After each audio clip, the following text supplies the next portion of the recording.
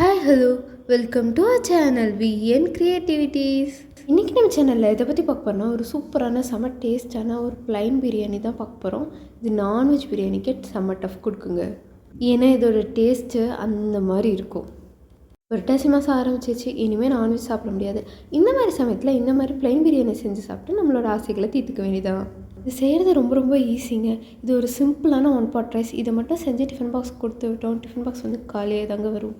இந்த சூப்பரான ப்ளைன் பிரியாணி எப்படி பண்ணுறதுன்னு பார்க்கறதுக்கு முன்னாடி இப்போ தான் நீங்கள் நம்ம சேனலை ஃபஸ்ட் டைம் பார்க்குறீங்கன்னா மறக்காமல் சப்ஸ்கிரைப் பண்ணிடுங்க. கூட அந்த பெல் ஐக்கனை கிளிக் பண்ணிடுங்க. அப்போ தான் நான் போகிற வீடியோஸோட நோட்டிஃபிகேஷன் உங்களுக்கு வரும். ஃபஸ்ட்டு நான் வந்து ஒரு கப் அளவுக்கு வந்து பாஸ்மதி ரைஸ் எடுத்திருக்கேன். இதை வந்துட்டு ஒரு 15 to 20 மினிட்ஸ் வந்து நான் தண்ணியில் ஊற வச்சு வச்சிடுறேன். அடுத்ததாக ஒரு 6 பல் பூண்டு, ஒரு வெள்ளை சைஸ் இஞ்சி, அரை பெரிய வெங்காயம் இதெல்லாம் வந்து க்ளீன் பண்ணி கட் பண்ணி எடுத்து வச்சிடுறேன். இப்போ ஒரு குக்கர் எடுத்து அடுப்பில் வச்சு அதில் வந்து கொஞ்சமாக எண்ணெய் ஊற்றிக்கலாம். எண்ணெய் நல்லா சூடானதும் ஒரு வெள்ளை சைஸ் பட்டை, 2 ஏலக்காய், சின்ன சைஸ் ஜாவத்ரி அண்ட் ஒரு அன்னாச்சி முக்கு இதெல்லாம் போட்டு அதை எண்ணெயில் வதக்கிடலாம். இது நல்லா எண்ணெயில் வதங்கினதுக்கு அப்புறமா ஒரே ஒரு ஏலக்காய் போட்டுடலாம். இது கூடவே நம்ம ஏற்கனவே கட் பண்ணி வச்சுருக்க இஞ்சி அண்ட் வெள்ளைப்பூண்டு சேர்த்து நல்லா வதக்கிடலாம். இது ரெண்டும் நல்லா வதங்கி இது கலர் சேஞ்ச் ஆகி இதுலேருந்து ஒரு நல்ல அரோமா வரணும். அது வரல இதை நல்லா வதக்கிடணும். இப்போ இது ரெண்டும் நல்லா வதங்கிடுச்சு. இது கூடவே நம்ம கட் பண்ணி வச்சுருக்க அரை வெங்காயத்தை இதில் ஆட் பண்ணிடலாம். இதையும் சேர்த்து கண்ணாடி பதம் வரல வதக்கிடலாம். இப்போ இது கூடவே ஒரு கைப்பிடி அளவுக்கு புதினா இலைகளை கட் பண்ணி வச்சுருக்கேன். அதையும் சேர்த்து நல்லா வதக்கிடலாம். புதினா இலைகள் வந்து ஓரளவுக்கு நல்லா வதங்கினதுக்கு அப்புறமா இது கூடவே ஒரு கைப்பிடி அளவுக்கு வந்து கொத்தமல்லி இலைகளை வந்து ஆட் பண்ணிக்கலாம். கொத்தமல்லி அண்ட் புதினா இது ரெண்டுமே ஈக்குவலான அளவில் இருக்கணும். இதையும் சேர்த்து நம்ம நல்லா வதக்கிடலாம். இந்த இலை நல்லா சுருண்டு வரணும், அந்தளவுக்கு இதை நல்லா வதக்கிடலாம். அடுத்ததான் நான் ஒரே ஒரு தக்காளியை வந்து கட் பண்ணி வச்சுருக்கேன். அதையும் இதோட ஆட் பண்ணிடலாம். இதுக்கு நல்லா பழுத்த தக்காளி எடுங்க, அப்போ தான் நல்லா டேஸ்ட் கொடுக்கும். இது எல்லாத்தையும் சேர்த்து நம்ம வந்து நல்லா வதக்கிடணும். தக்காளி இந்த அளவுக்கு நல்லா வதங்கி வரணும், அதளவுக்கு இதை நம்ம நல்லா வதக்கிடணும். இப்போ இதெல்லாம் நல்லா வதங்கிருச்சு. இப்போ இதை ஆறுனதும் ஒரு மிக்ஸி ஜாரில் போட்டு இதை நல்லா அரைச்சி எடுத்துடலாம். கொஞ்சம் கூட தண்ணி ஊற்றாமல் அப்படியே அரைச்சி எடுத்துருங்க. இது அப்படியே இருக்கட்டும். இப்போ அதே குக்கரை வந்து பேனில் வச்சுட்டு அதில் வந்து 1 டீஸ்பூன் அளவுக்கு நெய் ஊற்றிருங்க. இது கூடவே 2 டீஸ்பூன் அளவுக்கு வந்து எண்ணெய் ஊற்றிருங்க. எண்ணெய் நல்லா சூடானதும் அதில் 2 பிரியாணி இலை ஆட் பண்ணிடலாம். பிரியாணி இலைகளை லைட்டாக எண்ணெயில் வதக்கிடலாம். இப்போ இது கூடவே 1 பெரிய வெங்காயத்தை வந்து ஸ்லைஸ் பண்ணி வச்சுருக்கேன். அதுவும் ஒரு பச்சை மிளகாவும் சேர்த்து இதெல்லாம் நல்லா வதக்கிடலாம். ஏற்கனவே அரைக்கிறதுக்கு ஒரு அரை வெங்காயம் யூஸ் பண்ணியிருக்கோம். அதோட மீதி பாதி அண்ட் இன்னொரு பெரிய வெங்காயம் இது ரெண்டையும் சேர்த்து கட் பண்ணி இதில் ஆட் பண்ணியிருக்கேன்.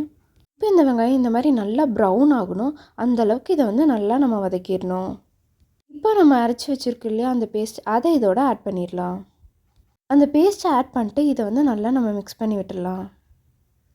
இந்த பேஸ்ட் சேர்க்கும் போது அதில் கொஞ்சம் கூட தண்ணி சேர்க்கக்கூடாது. அப்படியே வந்து அதை போட்டால் நல்லா வந்து நம்ம வதக்கி விட்டுறணும். இப்போ இந்த ஸ்டேஜில் கொஞ்சம் அடுப்பை வந்து லோ ஃப்ளேமில் வச்சுருங்க. அப்போ தான் வந்துட்டு அடி பிடிக்காமல் இருக்கும். பேஸ்ட் இந்த அளவுக்கு நல்லா வதங்கினதுக்கப்புறமா இதில் ஒரு டேபிள் ஸ்பூன் அளவுக்கு நம்ம தயிர் ஆட் பண்ணிடலாம். தயிர் ஆட் பண்ணிட்டு அதை வந்துட்டு நல்லா மிக்ஸ் பண்ணி விட்டுடலாம். எப்பயுமே தயிர் ஆட் பண்ணிட்டு அது இமீடியட்டாக நல்லா மிக்ஸ் பண்ணி விட்டுருங்க.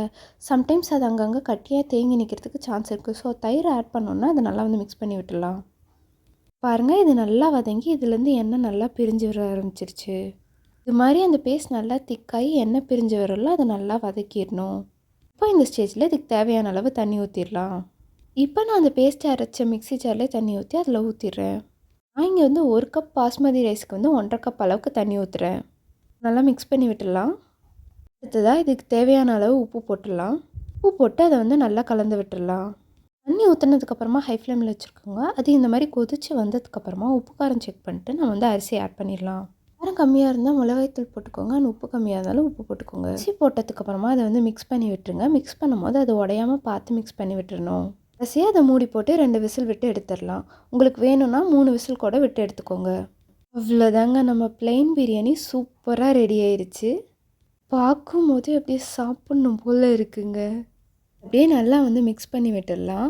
இதோட எல்லா பக்கமும் ஈவனாக வந்து மசாலா இருக்கிற மாதிரி இதை வந்து நல்லா நம்ம வந்து மிக்ஸ் பண்ணி விட்டுடலாம். பாருங்கள், பாஸ்மதி ரைஸ் வந்து குலையாமல் எவ்வளோ அழகாக வந்திருக்கு அப்படின்ட்டு. சொன்ன மாதிரி 1.5 கப் அளவுக்கு தண்ணி அண்ட் 2 விசில் விட்டால் இந்த மாதிரி அழகாக குலையாமல் வரும். இல்லை நான் வந்து கொஞ்சம் குழஞ்ச மாதிரி தான் சாப்பிடுவேன் அப்படின்னா 3 விசில் விட்டு எடுத்துக்கோங்க. எங்கள் வீட்டில் ப்ளைன் பிரியாணினாலே வந்துட்டு சீக்கிரம் காலியாயிருங்க. இதை மட்டும் நீங்கள் டிஃபன் பாக்ஸுக்கு செஞ்சு கொடுத்து பாருங்கள். கண்டிப்பாக வந்துட்டு டிஃபன் பாக்ஸ் வந்து காலியாக தான் வரும். கூடவே ஏதாவது வறுவல் தயிர் பச்சடி வச்சு கொடுத்தீங்கன்னா வந்துட்டு இன்னும் வந்து நல்லாயிருக்கும். கூட வந்துட்டு உருளைக்கிழங்கு வறுவல், காலிஃப்ளவர் வறுவல் வந்து செம்ம காம்பினேஷனாக இருக்கும். அதோட 2 வீடியோவுமே நான் வந்து நம்ம சேனலில் வந்து ஆல்ரெடி அப்லோட் பண்ணியிருக்கேன். டைம் இருக்கும்போது செக் பண்ணி பாருங்கள். புரட்டாசி மாதத்தில் பிரியாணியை மிஸ் பண்ணுற உங்கள் ஃப்ரெண்ட் யாருக்காவது இந்த வீடியோ ஷேர் பண்ணி இந்த மாதிரி செஞ்சு சாப்பிட சொல்லுங்கள். இது கூடவே சோயா சம்ப்ஸ் போட்டோ இல்லை சோயா சம்ப்ஸில் ஏதாவது சைட் டிஷ் பண்ணியோ சாப்பிட்டோன்னா நான்வெஜ் சாப்பிட்ட ஒரு ஃபீல் கிடைக்குங்க நமக்கு. வேணால் ட்ரை பண்ணி பார்த்துட்டு எனக்கு கமெண்ட்டில் சொல்லுங்கள்.